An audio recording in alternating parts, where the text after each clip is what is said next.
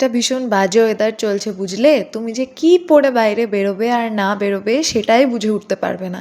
আমি 3খানা জামা চেঞ্জ করে বুঝেই উঠতে পারছিলাম না যে কোনটা পরবো। আলটিমেটলি এটাকেই সিলেক্ট করলাম।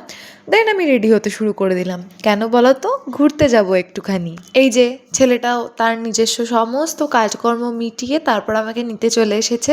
এবার একটু বেরোতে হবে। জানো তো, অনেক দিন থেকে ভাবছি যে কিছু জিনিস কেনাকাটার আছে সেগুলো একটু নিতে হবে, কিন্তু ওই বেরোনো হচ্ছিল না। বেরোনো হলেও একটুখানির জন্য বেরোচ্ছিলাম। তার থেকেও বড় কথা, আমি বেরোলেই ভুলে যেতাম যে আমি কি নেব ভেবেছি। তো ফাইনালি কালকে শুধু জিনিসগুলো কিনবো এই উদ্দেশ্য নিয়েই বেরিয়েছিলাম, আর এটাই দেখাচ্ছিলাম যে এই যে আমি ফাইনালি কিনেছি। তো তারপর দুজন মিলে গেছিলাম একটুখানি আইসক্রিম খেতে। শীত গরম ওয়েদারে আমার আইসক্রিম খাওয়াটা যেন একটু বেশি হয়ে যাচ্ছে।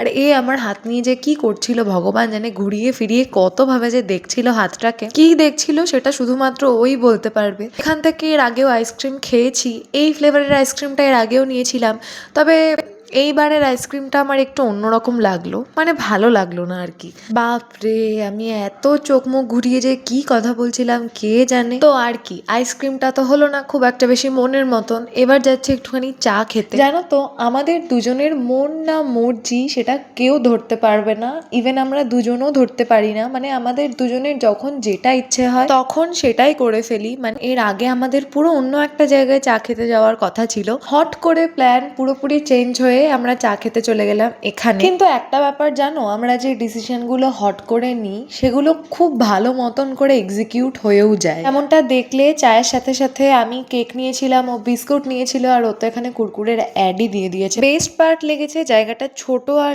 লোক কম হওয়ার কারণে আমরা দুজন অনেকক্ষণ বসে গল্প করতে পেরেছি। চা খাওয়ার পরে আমরা আবার গেছিলাম একটুখানি মিষ্টির দোকানে, কারণ ওর একটুখানি মিষ্টি খেতে ইচ্ছা হয়েছিল।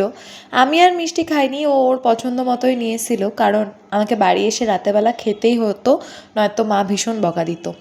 এই তো আজকের মতন এখানেই শেষ করছি, আবার পরের ভিডিওতে অবশ্যই দেখা হবে।